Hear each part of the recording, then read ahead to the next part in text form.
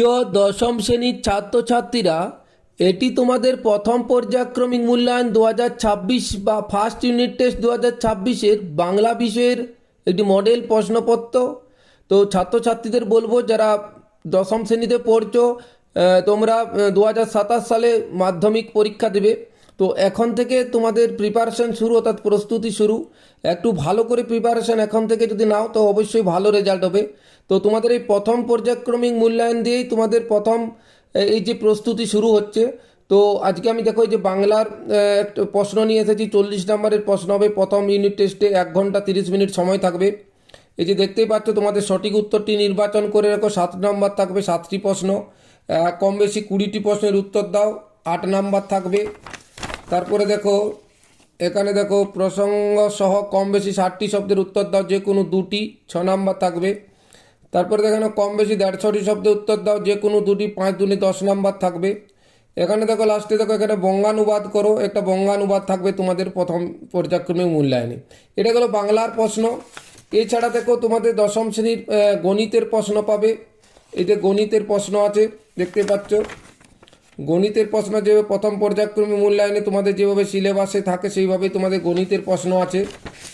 তারপর দেখতে পাচ্ছ এখানে ভৌত বিজ্ঞান প্রশ্ন। তো প্রতিটা সাবজেক্টের প্রশ্ন আছে। ছাত্রছাত্রীদের বলবো, পিডিএফ নিতে চাইলে অবশ্যই কমেন্ট করবে। তোমাদের সমস্ত সাবজেক্ট আছে। এটা ভৌত বিজ্ঞান প্রশ্ন। ভৌত বিজ্ঞানে দেখো 40 নম্বরের প্রশ্ন, 1 ঘন্টা 30 মিনিট সময় থাকবে। প্রথমে 8 নম্বর শর্ট প্রশ্ন থাকবে। তারপরে দেখো 8 নম্বরে আবার শর্ট প্রশ্ন, তারপরে 2 নম্বর করে 4টি প্রশ্ন, তারপরে 3 নম্বর করে 5টি 15 নম্বরের প্রশ্ন। অর্থাৎ এইভাবেই তোমাদের প্রশ্ন থাকবে প্রথম পর্যায়ক্রমিক মূল্যায়নে। তারপরে দেখো ইংলিশ সাবজেক্টেরও আছে। দেখো ইংলিশের আছে তোমাদের ইংলিশ। এটা ইংলিশে দেখো রাইটিং আছে। যে রাইটিংগুলো তোমাদের 2027 সালে মাধ্যমিক আসতে পারে সেই রকমভাবেই তো প্রশ্নটা তৈরি করা হয়েছে। তো একটু ভালো করে দেখে নাও। এরপর দেখো তোমাদের দশম শ্রেণীর ইতিহাস বিষয়ের প্রশ্ন আছে। খুব গুরুত্বপূর্ণ প্রশ্ন দেওয়া আছে। ইতিহাসে দেখো 10 নম্বরের প্রথমে শর্ট প্রশ্ন পড়বে প্রথম পর্যায়ক্রমিক মূল্যায়নে। তারপরে দেখো 6 নম্বর শর্ট থাকবে। তারপরে বাম স্তম্ভ ডান স্তম্ভ আছে। তারপরে দেখো 2 নম্বর করে 4টি প্রশ্ন। তারপরে লাস্টে দেখো 8 নম্বরের 2027 সালে তোমাদের যেরকম প্রশ্ন আসতে পারে সেইভাবেই কিন্তু তোমাদের প্রশ্ন তৈরি করা হয়েছে। একটু ভালো করে এখন থেকে প্রিপারেশন নাও, বারবার বলছি। এরপর দেখো জীবন বিজ্ঞান প্রশ্ন আছে। জীবন বিজ্ঞান প্রশ্ন দেখতেই পাচ্ছ এখানে আছে।